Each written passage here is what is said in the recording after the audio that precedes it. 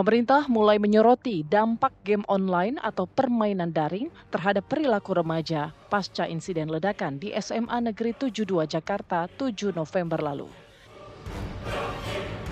Pemerintah menilai kebiasaan bermain game yang menampilkan kekerasan secara terus-menerus dapat menurunkan kepekaan terhadap bahaya dan menormalisasi tindakan agresif di dunia nyata.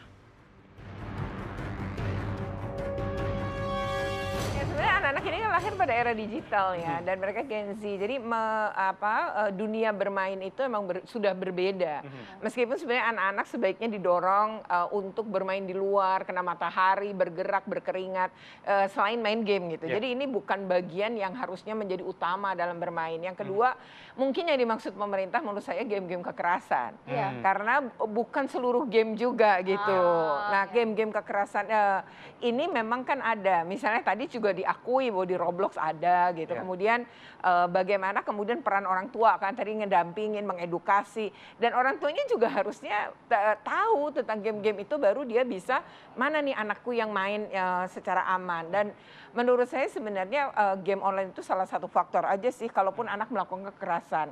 Karena faktor-faktor lain yang mendominasi seorang anak melakukan kekerasan tuh banyak gitu.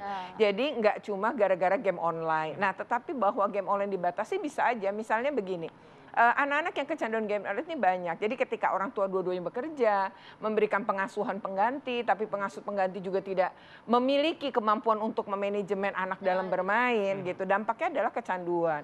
Nah, kecanduan itu yang kemudian berbahaya untuk anak-anak, apalagi anak-anak masih di bawah 13 tahun. Selain pengaruh game online, pemerintah juga menyoroti faktor sosial seperti tindakan perundungan yang kerap terjadi di lingkungan sekolah.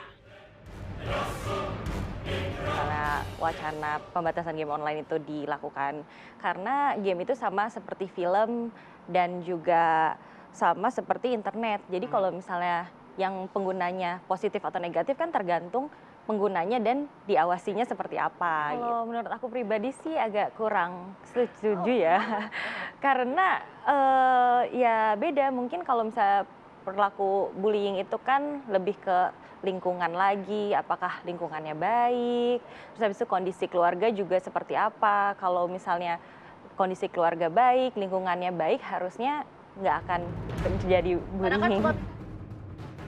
Lantas, apakah pengaturan aktivitas digital dan pembatasan konten game online ini mampu menjamin keamanan lingkungan pendidikan dan kesadaran sosial di kalangan pelajar?